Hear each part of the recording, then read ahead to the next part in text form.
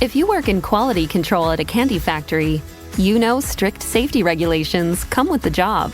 It's why you partner with Grainger. Grainger helps you find the high-quality and compliant products your business needs to inspect, detect, and help correct issues. And the sweetest part is, everyone gets a product that's as safe to eat as it is delicious. Call 1-800-GRAINGER, click Grainger.com, or just stop by. Grainger, for the ones who get it done. This is a Fatal 4 podcast.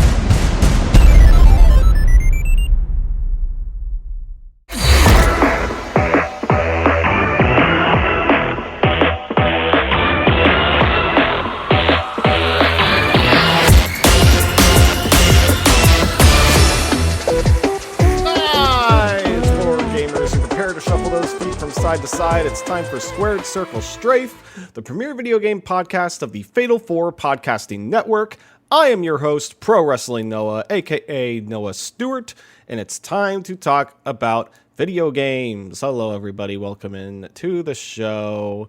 Coming out a little late this week. I'm starting to think that maybe my full-time job duties on the weekend are starting to maybe have this show have like a bit of a shifting schedule. So thank you for your patience as I'm kind of figuring that out. But I still want to bring you some of the news and happenings around gaming these past week and some change. But yeah, thanks for listening to the show.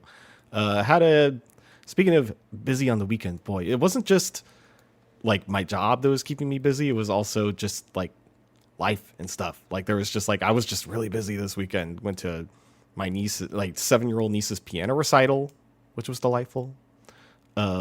Especially because I grew up playing piano. I did piano for like 11 years. Oh my God. So it was fun seeing her, it was her first piano recital. So it was very nostalgic and fun seeing that. For fans of professional wrestling and the Didn't Get All of It podcast know that I wasn't there this past week because I went to the zoo, as I am wont to do with my wife.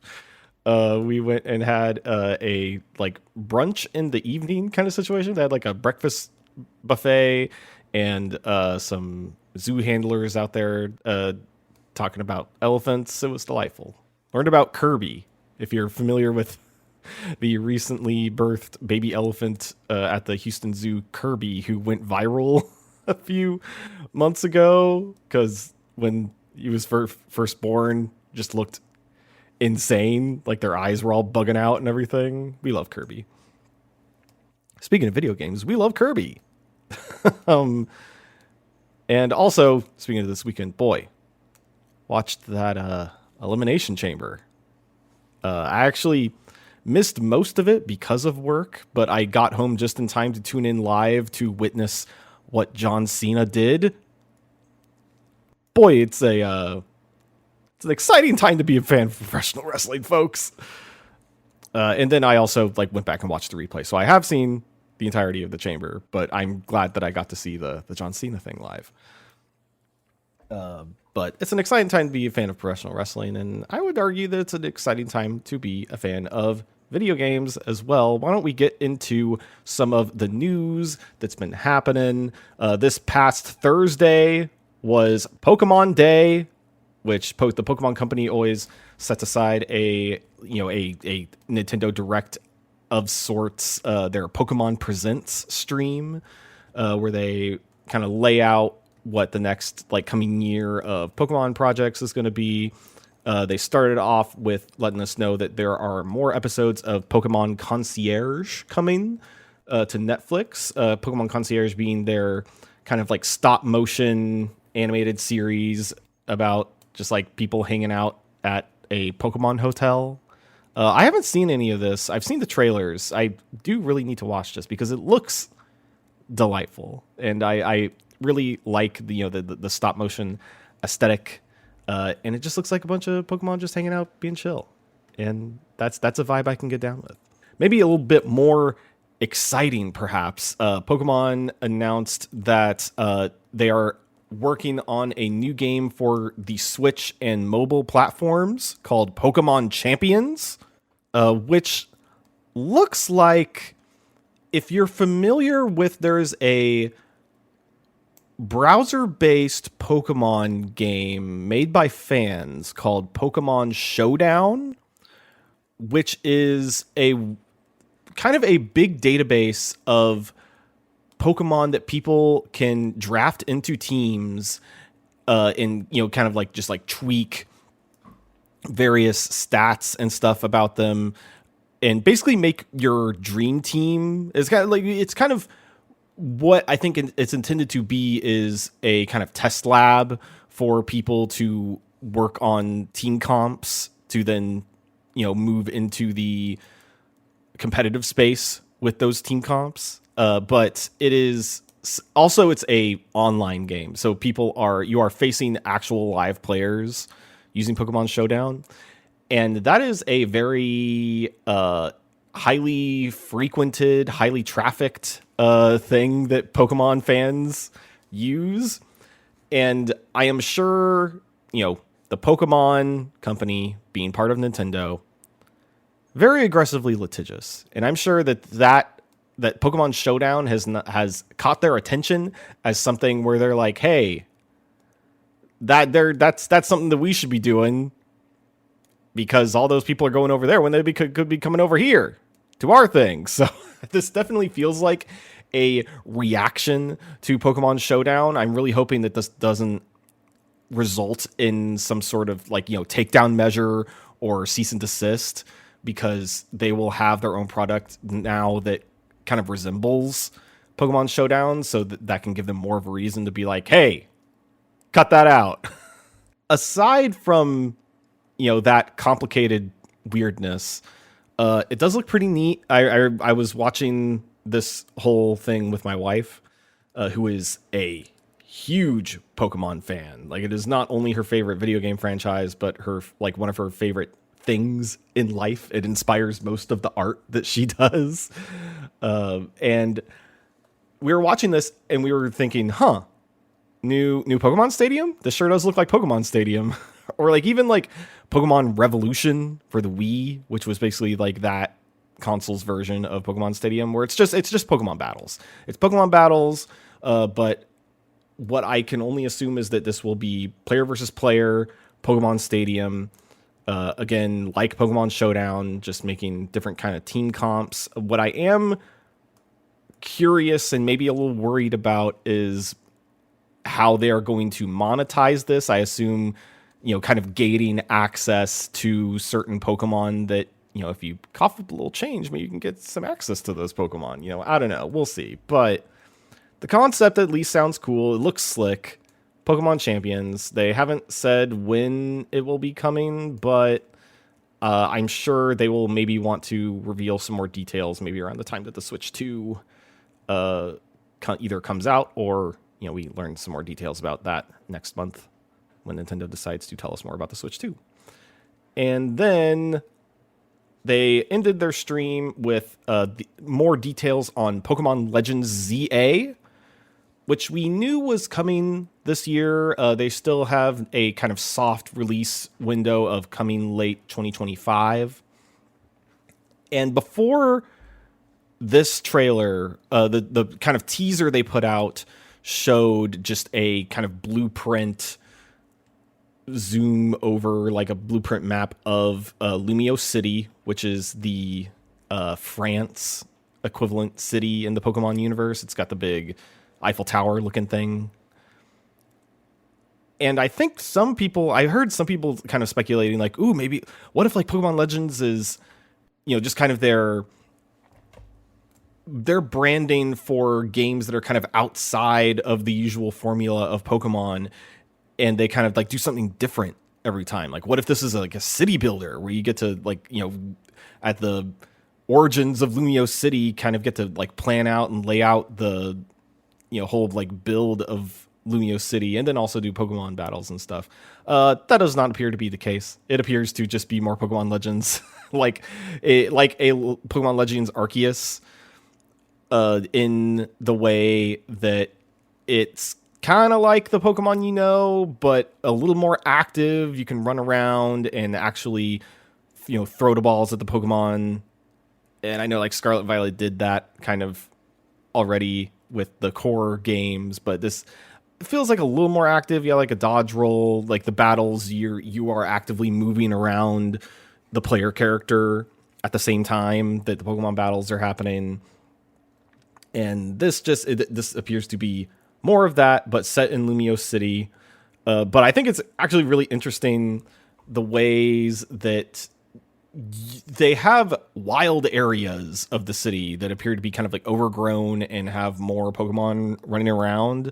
And they have kind of siphoned off those areas to be the place where you go and catch Pokemon, which I think is like kind of a smart way to denote that, because otherwise, like what happens? Like your train just runs around the city going, that dog's mine, that dog's mine, that dog's mine. Like just like catching other people's Pokemon. Like I don't think that's the way that I think the people in the Pokemon world would maybe frown upon that kind of behavior. So it was maybe smart to kind of denote specific areas where you will be able to catch the Pokemon, do a bit, Pokemon battles and stuff. It looks fun. I liked Pokemon Arceus. I feel like I am sometimes a big defender of Pokemon Arceus, because the core Pokemon games, while I still play and enjoy them, I haven't played Scarlet and Violet yet. I really need to. I know it's been years since it came out. Maybe, I don't know, maybe it's at this point it's worth waiting for the Switch 2 to come out and maybe seeing if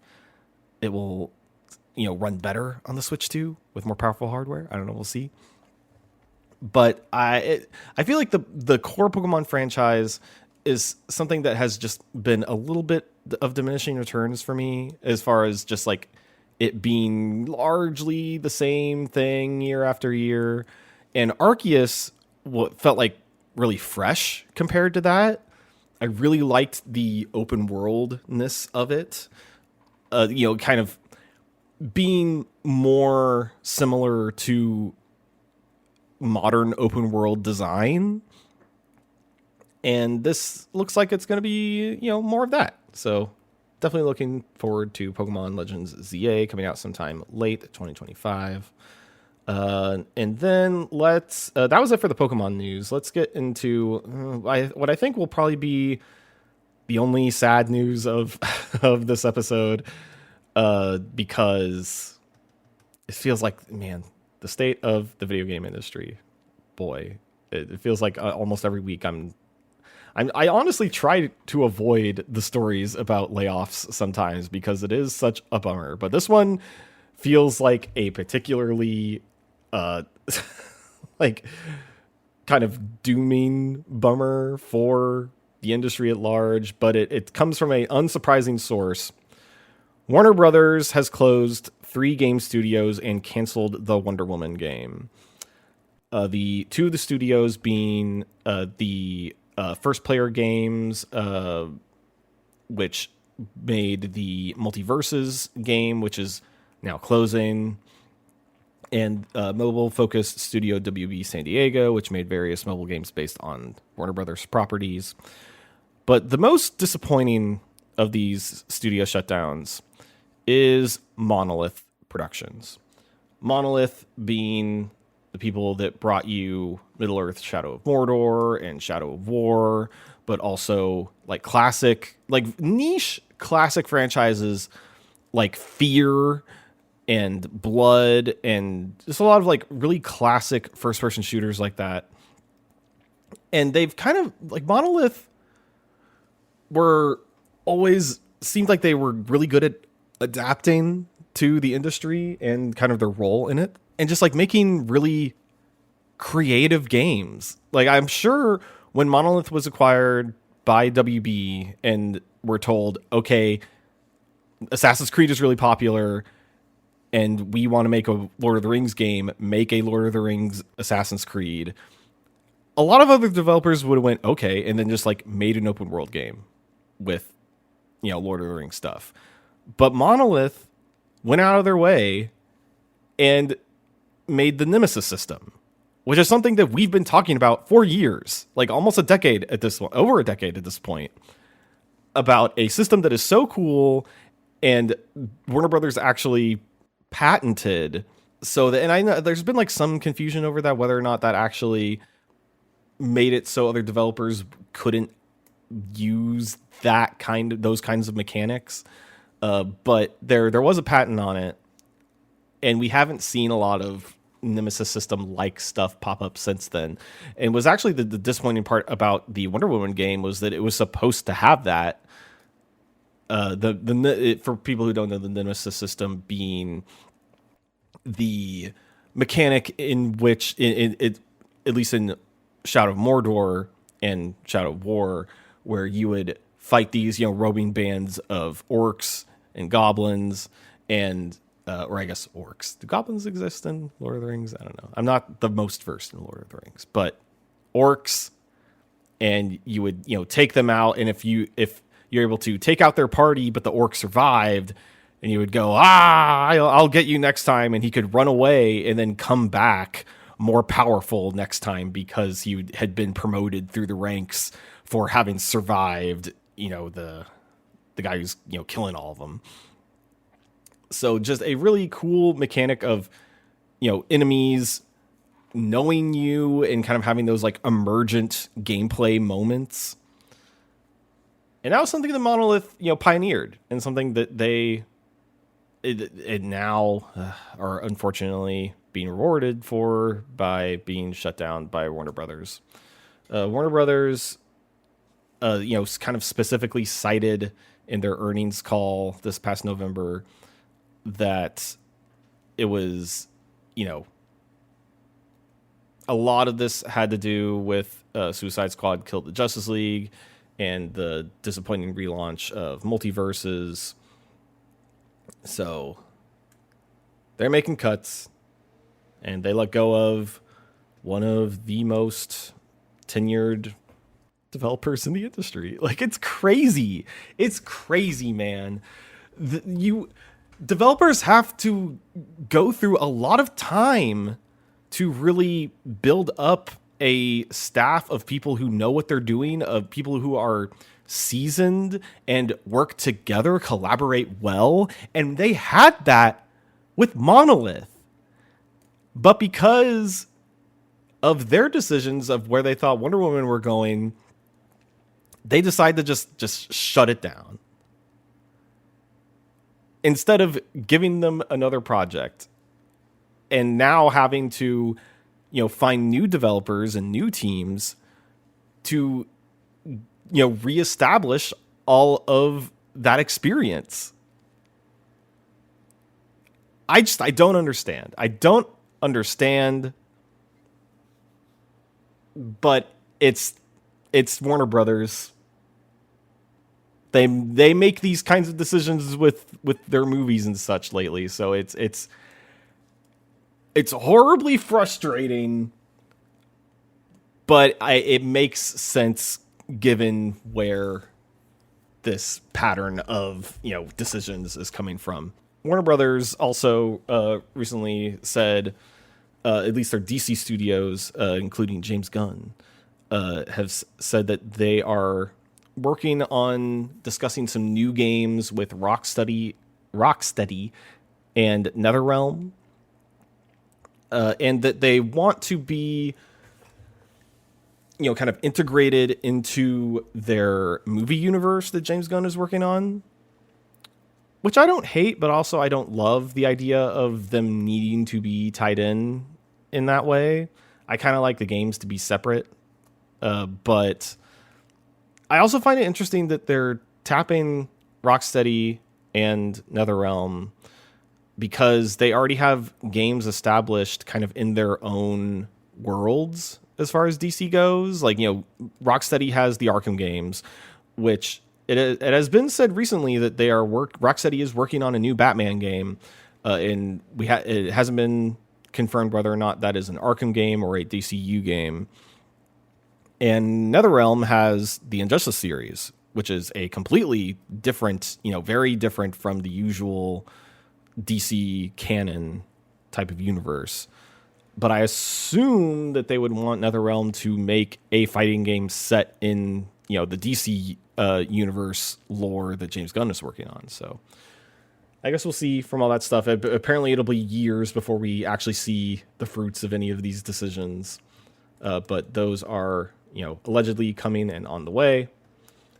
And then speaking of canceled games, PS5's Twisted Metal game was a battle royale with third-person shooting, according to a former developer. Sony was working on a Twisted Metal game that is now canceled. There was supposed to be a reboot for the series. There was a battle royale game featuring third-person shooter mechanics. And it was supposed to be timed with the release of the Twisted Metal TV series on Peacock that was launched in 2023.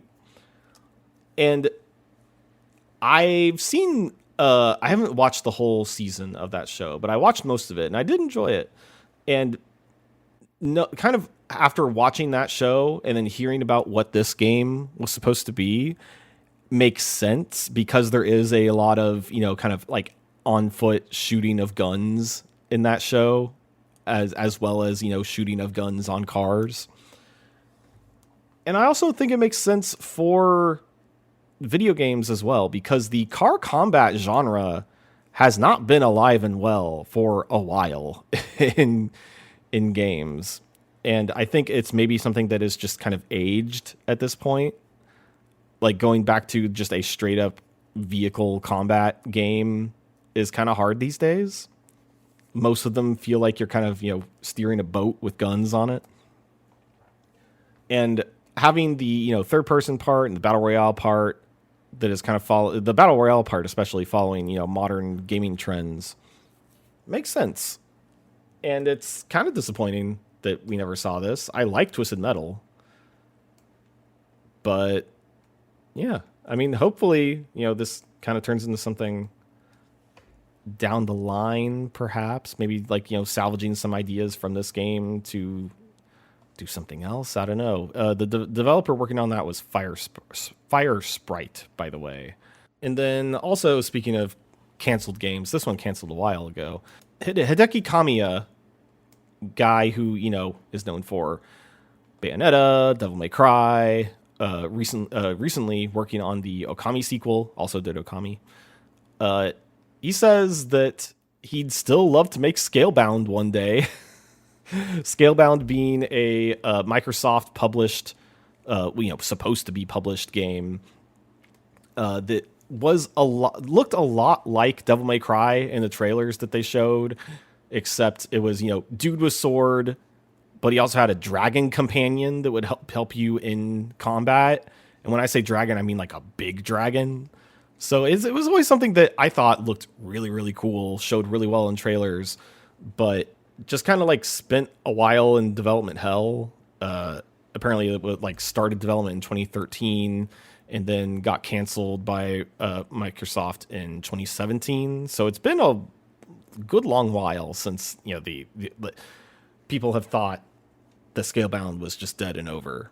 But recently, from Clovers, which is the developer working on Okami and the Okami sequel, Kamiya was showing employees at the studio footage of Scalebound and talking about how much he enjoyed working on that game and how much he would still like to make it. And then he even quote retweeted that tweet saying, "Hey, let's do it, Phil." Phil referring to Phil Spencer of Xbox. And I don't know. If he wants to do it, I say let him do it. Capcom has been having so much success lately with the stuff they're doing, and Xbox could really use some exclusive games. So I would love to see a potential resurrection of Scalebound, like Mr. Kamiya here. And then speaking of Capcom, boy, they've had a big week. Monster Hunter Wilds is apparently the fastest selling Capcom game ever.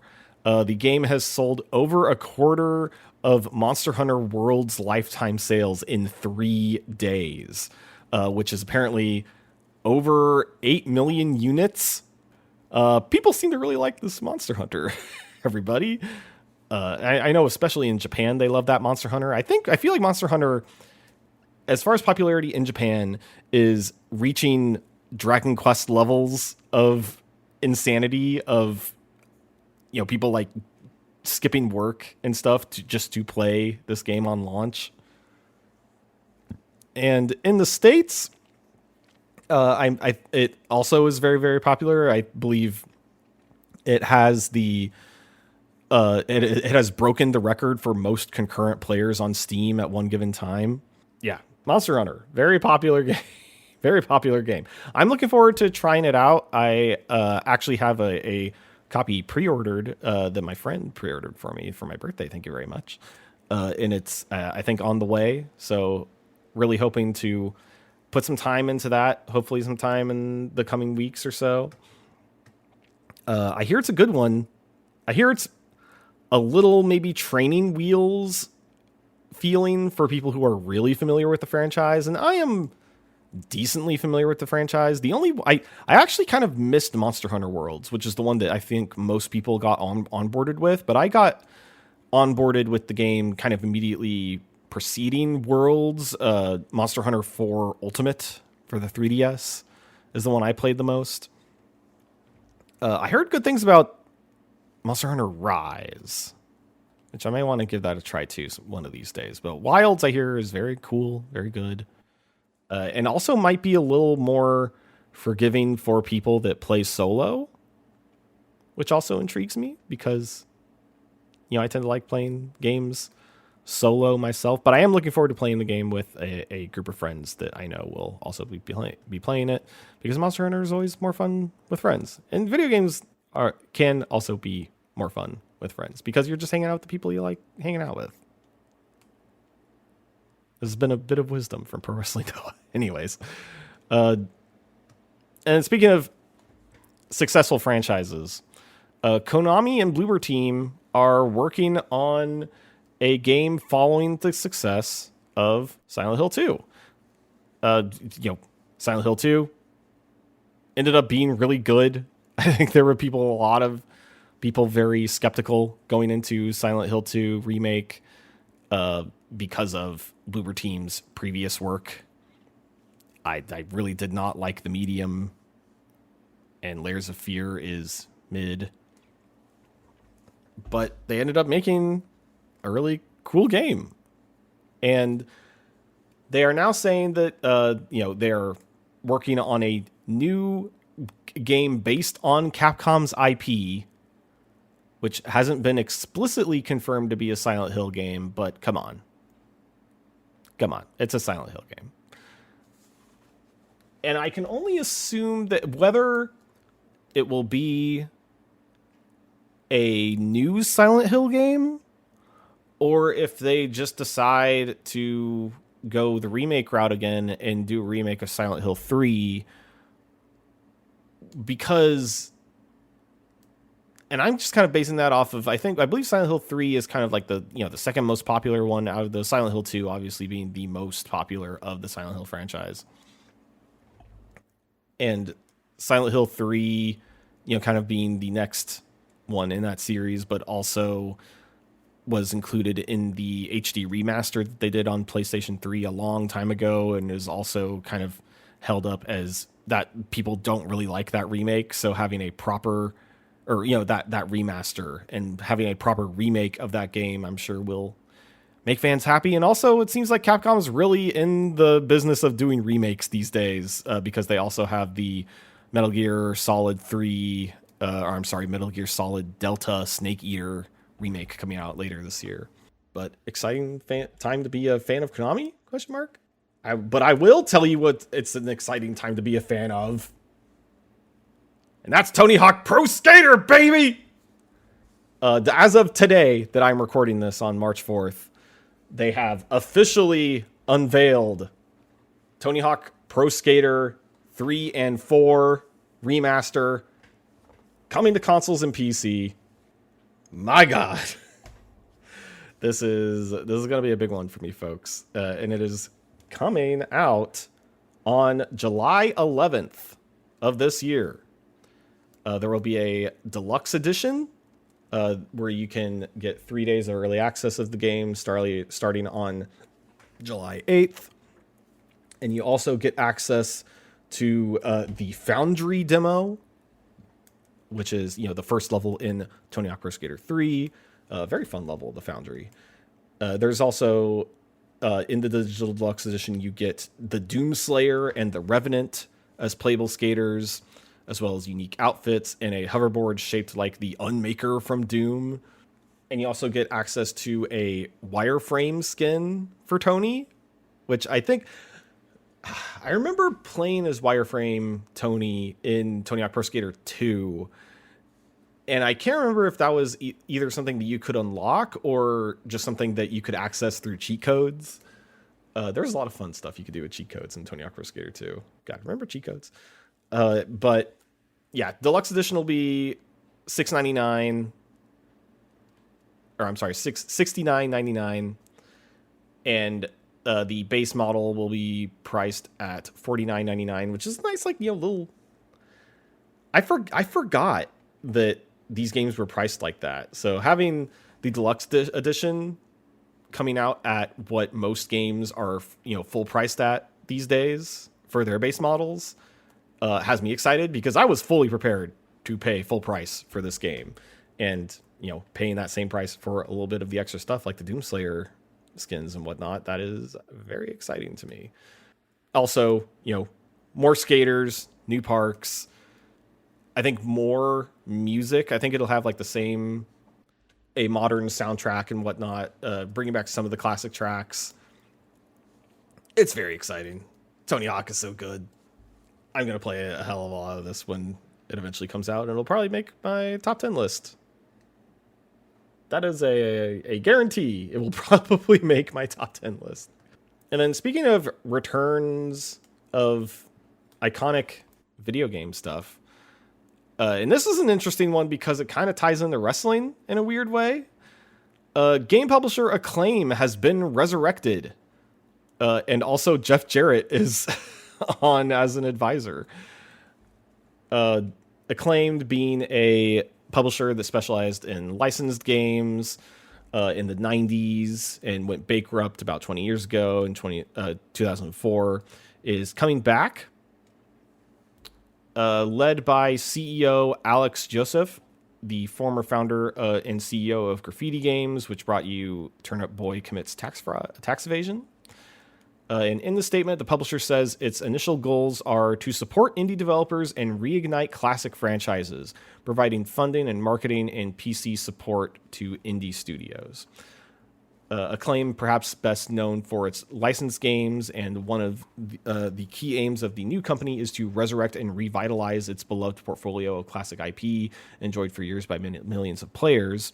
To accomplish this, an advisory board of esteemed industry leaders has been set up to shape the publisher's future, with board members including Russell Binder, former founding partner of licensing and merchandising company Stryker Entertainment, Mark Kaplan, founder of business consultancy firm Ridge Partners, and wrestler and entrepreneur Jeff Jarrett. Jarrett, who previously starred in Acclaim's WWF Attitude game, said, "For more than 3 decades, I've had the privilege to have been a part of both the wrestling and gaming universes, and I'm thrilled to now be a partner in the revival of Acclaim, an iconic publisher known for releasing some of the most legendary games of the 80s and 90s. From my early involvement with the publisher's hit 16-bit WWF titles to my experience helping shape the TNA wrestling series, which spawned the first video game wrestler to become a full-time roster member in the Squared Circle." Don't know what that means. If anyone knows what that means, please go to the Discord and let me know, because I have no idea what that means. I've seen the firsthand the type of impact great games can have on players and fans.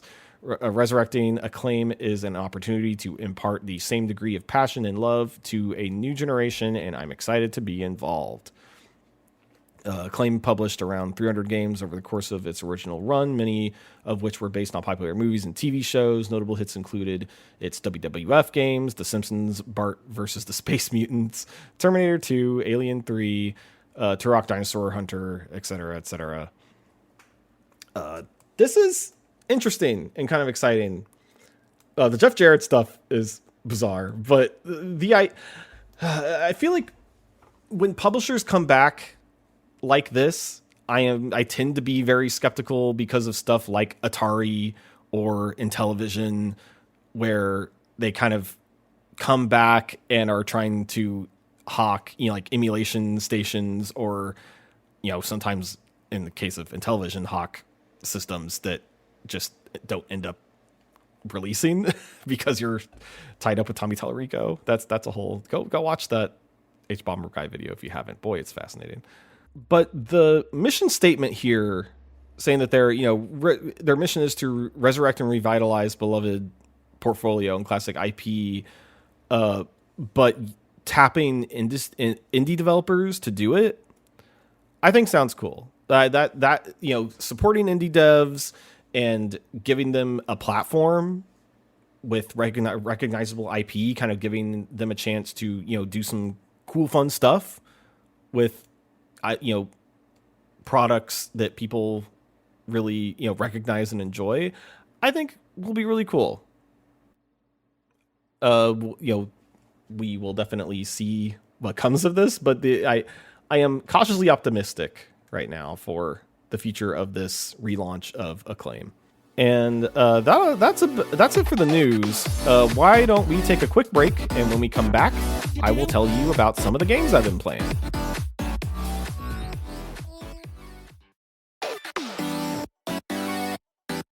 And we're back, folks. Let me tell you about some of the games I've been playing lately. I would say maybe not the biggest variety as far as recent releases goes, maybe because one of the games I've been playing a lot of this past week is Avowed still. And, that's a Western fantasy RPG, and that you can really sink a lot of time into that. And I think it's supposed to be a shorter experience. I think it's something that you can maybe finish in, like 20 to 30 hours maybe. But I've maybe put like 15 hours into it, and I am just now kind of wrapping up the first major area, moving into the second, kind of starting some of the quests there. But it is a lot of fun, man. Like Avowed is a game that has really grabbed me. Whenever I sit down to do a play session, time just kind of melts away as I am, questing, getting, in all sorts of battle encounters. But also something I feel like really soaks up that time is getting in conversations. Just a lot of the role playing that you can do in the conversations you're having with characters is just really absorbing.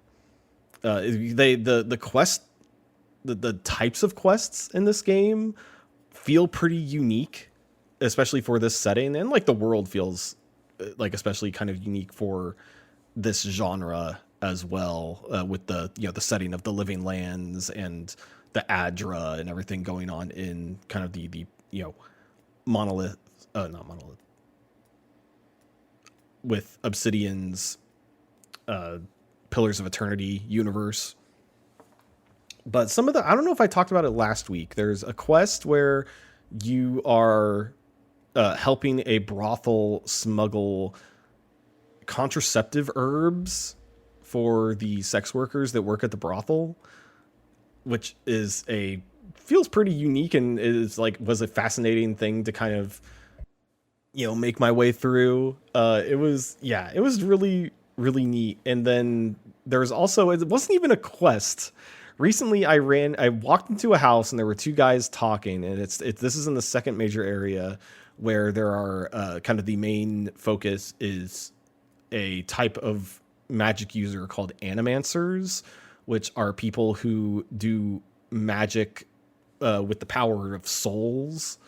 And these guys were thinking of using the type of the magic that powers animancy is essence, and they were doing research. These two guys were animancers writing a paper on using essence to help with basically like erectile dysfunction. They were working on like an ED solution using animancy, and they were trying to think of a title for their paper. And I like helped them come up with a title for their paper. I forget what I even came up with. It was all just so I was so in, like, what is even happening? I didn't even like really make a mental note of what I had said, but the conversation was like decently long, and I was expecting it to result in a quest. And it didn't. Like the conversation just kind of ended. I didn't even get any experience for it. It was just a fun little sequence that they put in there just to like be kind of cheeky and fun. And that kind of attitude is kind of throughout the entire game. Just like fun interactions with characters while also still having really cool, engaging combat. The interactions you can do with the elemental systems is still really, really cool. I am still rocking my wizard build, using mostly wand combat and my grimoire to cast, fire. I have fireball now, which is very satisfying. A big explosion, which I feel like is very important in fantasy Western RPGs, to have fireball be a very big, satisfying spell to use, because that is one of the, most fun, powerful spells you can do in D&D, kind of in the mid-level. But also the freezing spell, the electricity spells, it's all very good. I played around with some poison spells. I didn't love it, so I'm still rocking. There's just something really fun about the elemental spells that I'm really vibing with. Starting to get some unique accessory items that I'm getting from quests. I got like a flaming sword for because you can switch over to a separate set of equipment on the fly just by tapping Y. And on my second set of equipment, I have a sword and shield, the flaming sword that I got from a side quest, but it's really good at melting spiders because it does fire damage. Still really, really, really enjoying Avowed. I have the party is still kind of, I think, being established. I've met the magic user character that shows up in the second major section. She has not yet fully joined my party yet, but I assume that I will run into her again, and she will, because I've seen some footage of later parts of the game where she is around and present, helping you in battle. But yeah, Avowed, man, might be one of the big contenders at the beginning of the year for Game of the Year. I am writing it down as being one to remember. And then the other game I spent a decent amount of time playing this week was more urban myth Dissolution Center, the Ace Attorney like game where you are using detective skills and deducing urban myth related cases. I have now completed the second chapter. The first chapter had to do with the man under the bed who shows up with like a machete or an axe trying to kill people. And the second chapter had to do with Bloody Mary. And the way they set it up was a streamer who specialized in haunted content was trying to summon Bloody Mary by staring into the mirror and saying her name 3 times, and then she's supposed to show up.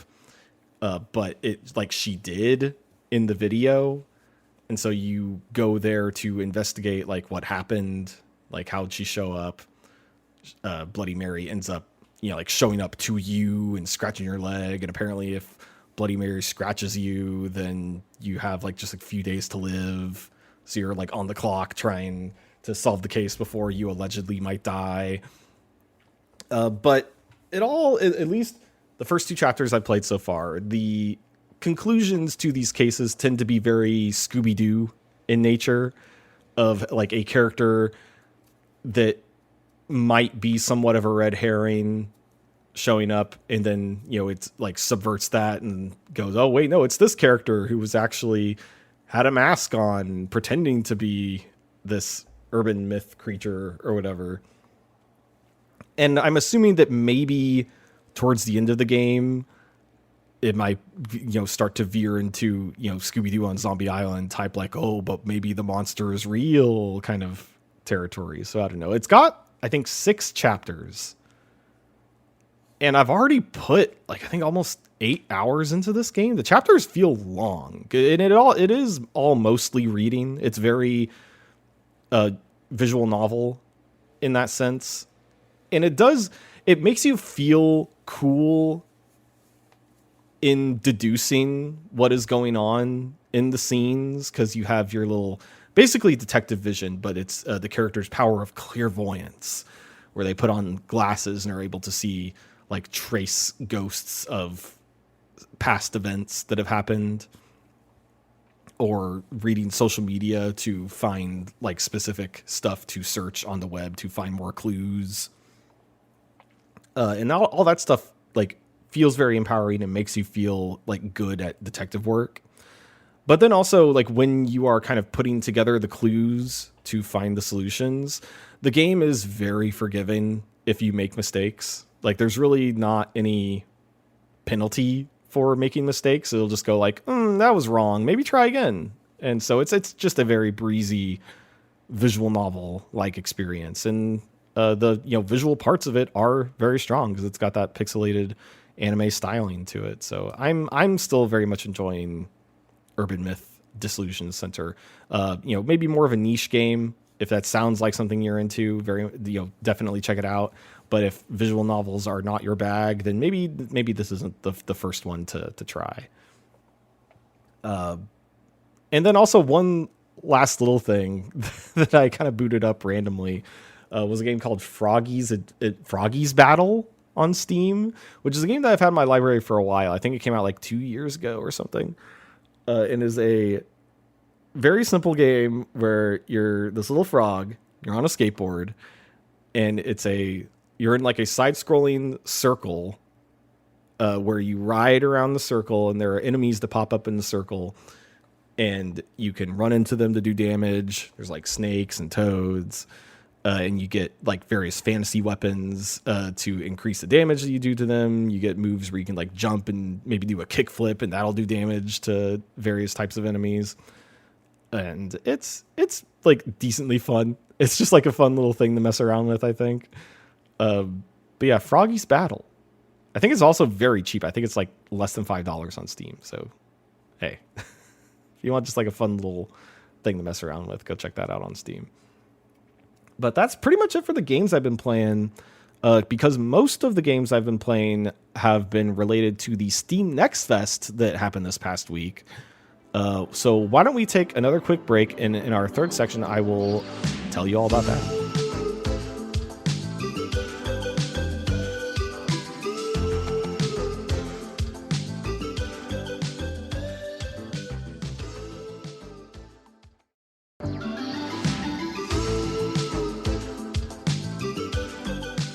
All right, everyone, welcome back to the show. It's time for the third segment. That's right, it's time for the Strafe Shuffle.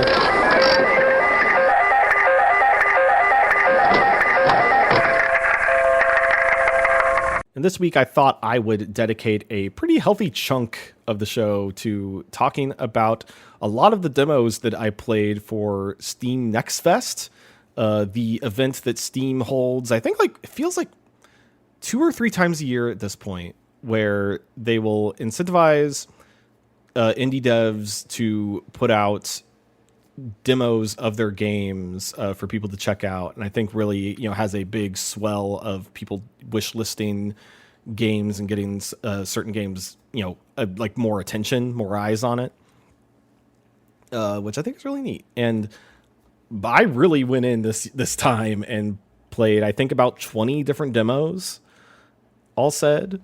And I will kind of, lightning round style kind of go through some of the ones that I thought were particularly interesting. Starting off with a game called Despelote, which is a extremely vibes-based narrative game about Ecuador and soccer in the 90s. It has a really neat, dreamy, kind of scribbly pencil aesthetic around everything. It's first person like 3D environments, but a lot of the models feel kind of 2D.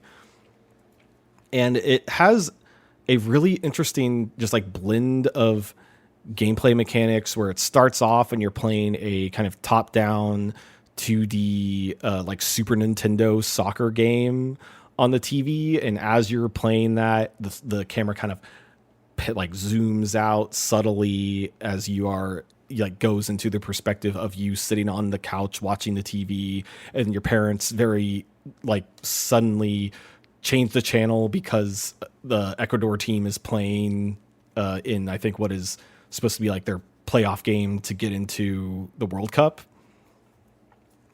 So very good at setting you in a place, this game. And it also has like a section where, you're running around in first person with a bunch of kids playing soccer, and you have like specific controls on, like flick the stick to kick the ball really hard and blah, blah, blah. It's very neat. I'm really looking forward to checking out the rest of it. The demo, had about like maybe half an hour of gameplay, and, being a narrative game, I can't imagine it's any longer than maybe like 4 hours or something, but looking forward to the full release of that game. Then I also played a game called Geomythica, which is a 8-bit style JRPG, mixing party-based combat with real-time action. It is like, think something like Earthbound, where it is a more modern setting where you are, like a high schooler in a like urban city setting, and you collect party members. You have like, I think, a kendo stick that you attack enemies with because you're in the like martial arts club in high school. But the combat feels like if you just look at it, it looks kind of like Chrono Trigger, the way that characters are standing around the battlefield, but it's all real time. So you are running up to guys and hitting them with your sword, but you can also command your kind of Final Fantasy VII Remake style, like pause combat and command party members to do specific attacks.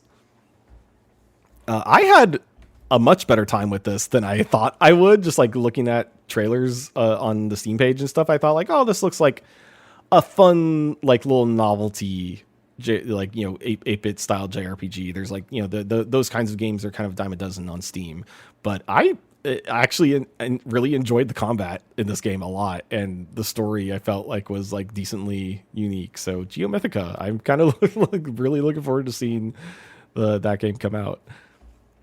Then there was a game I played called Haste Broken Worlds, which, let me tell you, do you like Sonic the Hedgehog? And now, do you like Tiny Wings, the mobile game from like 10 years ago where you were like the little bird and you press down when you were like, hit the crest of a hill to gain more momentum? This game's a lot like that. It controls like Sonic the Hedgehog, where it's 3D running around a big environment, running real fast, but then also you'll like launch off of hills, and then you'll have to press A to dive. And if you hit, like at the crest of the hill, you get like a speed boost because you're using momentum to go even faster.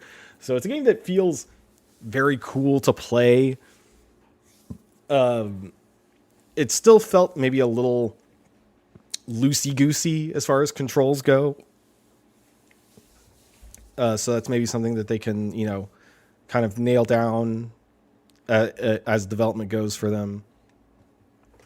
But the demo left a very good impression on the potential for this game for me. So Haste Broken Worlds. And then I played Into the Grid, which is a very good deck building roguelite game. The demo itself felt like pretty substantial. It has like a tutorial section, but then also a pretty big kind of like starting like first run that you get to do.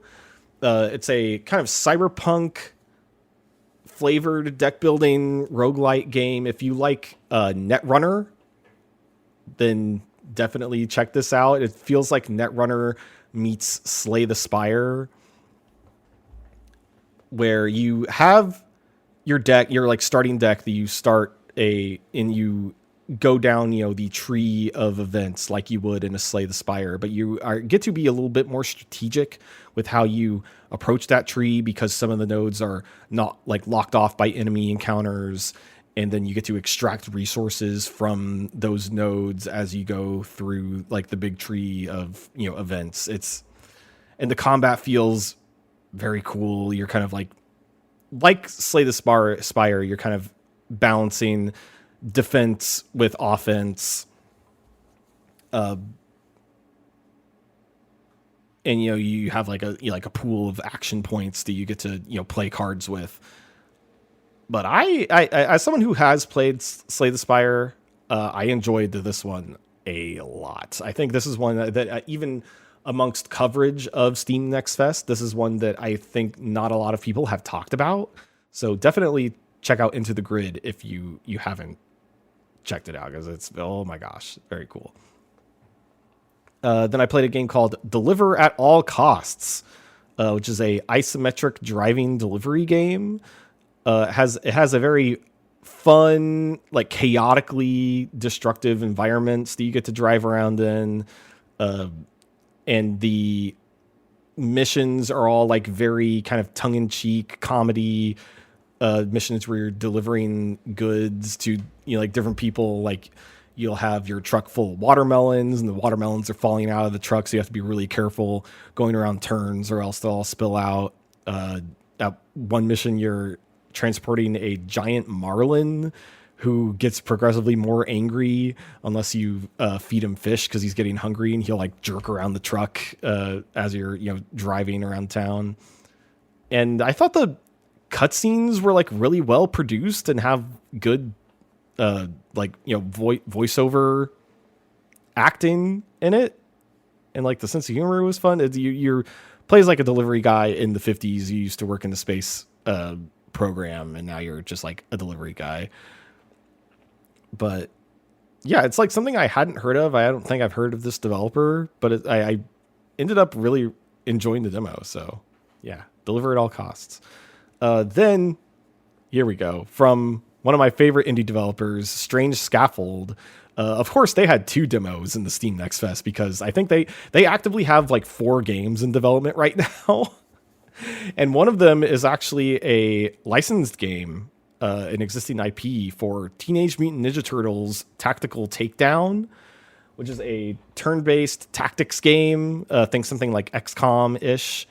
And I think it does a great job of making you feel nimble like a Ninja Turtle, having to kind of, constantly move around the field and have a number of actions you can do per turn. So you're taking out, like 3, maybe 4 enemies in one turn sometimes. And it also really focuses on the way the levels are structured is kind of like a classic beat 'em up, where you only have access to certain parts of the level, and as turns progress, parts of the level will fall, and then like the next part of the level will kind of be added to the play area, and you'll see a big like "go" text show up as you're kind of traveling through it. Honestly, kind of like the Metal Slug tactics game that came out last year. But this feels like a little more less complicated than I thought. Like Metal Slug Tactics kind of got a little too in the juice for my tastes for a tactics game. This one feels a little bit more like stripped down, a little bit more focused, but also has, I feel like a lot of the potential you get from your turns has to do with kicking enemies off the actual levels themselves, because each character has a push attack that they do, and also all the turtles feel very unique with each of their sets of moves. Like they all feel very appropriate for the specific turtle brother. But in this one also has like a decently substantial demo. You get to play like a full level with each of the turtles. So yeah, Teenage Mutant Ninja Turtles Tactical Takedown. Really look forward to that one. And then the other game that Strange Scaffold has for Steam Next Fest is Creepy Redneck Dinosaur Mansion 3, which on the surface, if you look at just like the trailers, it looks like a match 3 puzzle game kind of based on like a Resident Evil Dino Crisis kind of parody.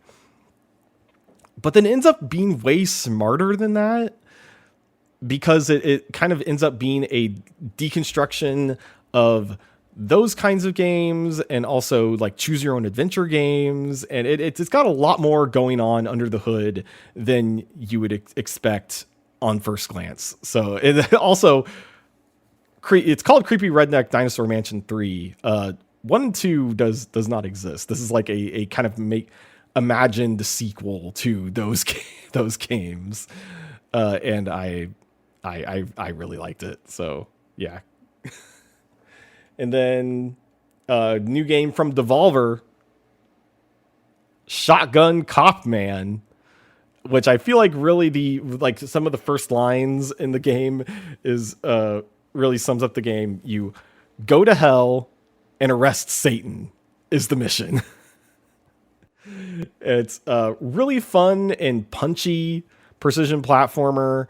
Like 2D platformer. Think something along the lines of like a Super Meat Boy, and I feel like it's really got that factor to it too, where if you fail, you're just like respawned really, really quick. It comes from the developer Dead Toast, who previously did My Friend Pedro, also from Devolver Digital. The game doesn't have a jump button.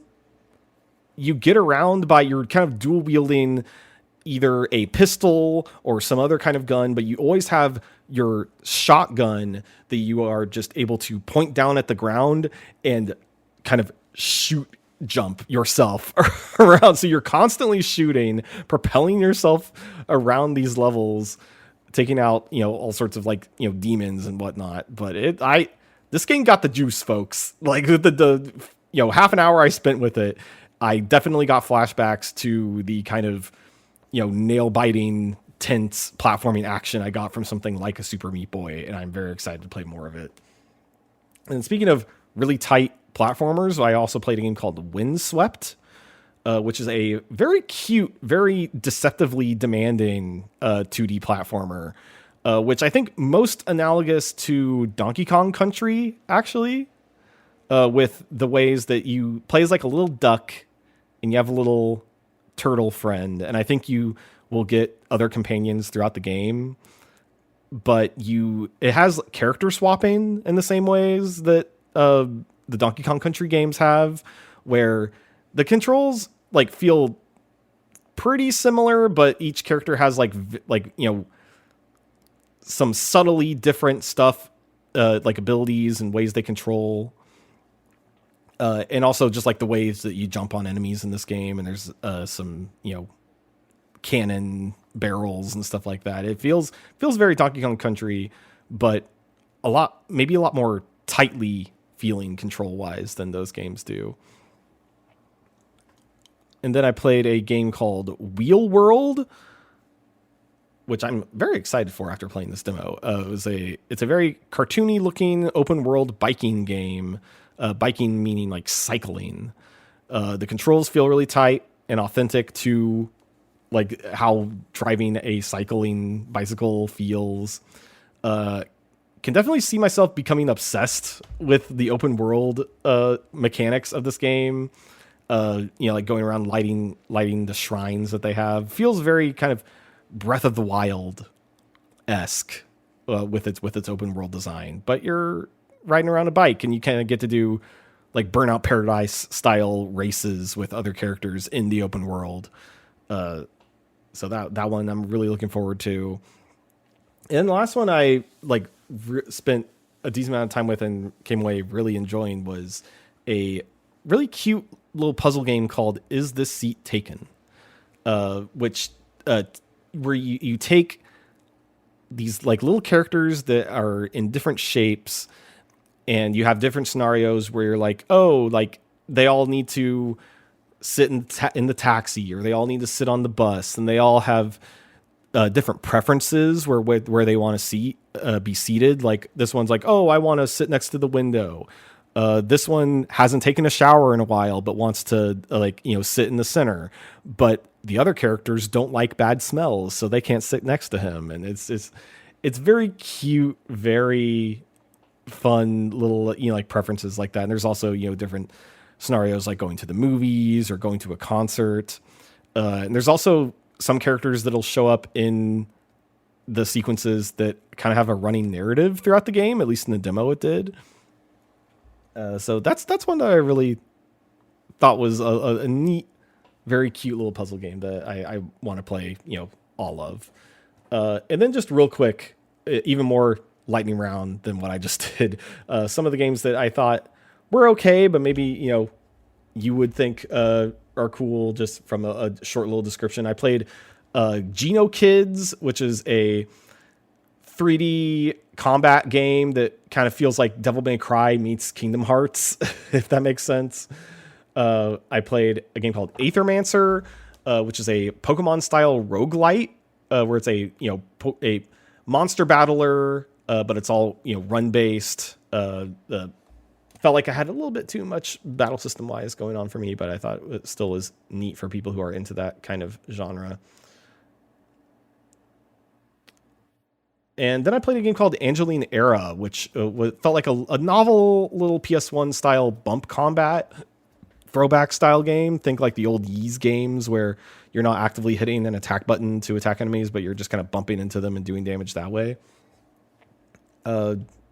Yeah, very, very fun little game. But yeah, that's all most of the Steam demos I played. I played some other ones that didn't feel like they quite had the juice, so I didn't really feel like the need to bring them up. But those are the ones I enjoyed. In the Discord, let me know what Steam Next Fest demos you played and enjoyed. Let me know if there's any of the ones that I mentioned here that you are particularly interested in. Let me know how you enjoy them. I believe that a lot of, and this is usually how Steam Next Fest goes, some of them go offline after the festival ends, and I believe as of me recording this episode, it has ended. But a lot of the demos tend to stick around. You can even go to the page and see if they'll download. So a lot of these games, I think, if you go to Steam right now, you should still be able to download and play. So definitely go check some of these out if they're still around. And hey, enjoy playing some video games. That's what I'm going to do with my week now that this episode is pretty much over. I think that I've said everything I need to say this week. So thank you for listening to Squared Circle Strafe.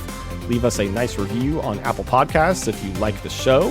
You can follow me on Blue Sky at Oozing Neon if you want to catch more of me talking about some real nerdy stuff. You can follow the Didn't Get All of It podcast to hear me and the rest of the Fatal 4 hosts talk about the latest and greatest in professional wrestling. You can also sign up for our Patreon to get exclusive access to our Discord, as well as bonus content and the satisfaction of supporting independent podcasting media. Head to patreon.com/fatal4pod. That's fatal, F-O-U-R pod. Thank you again for listening, and as always, enjoy your gaming.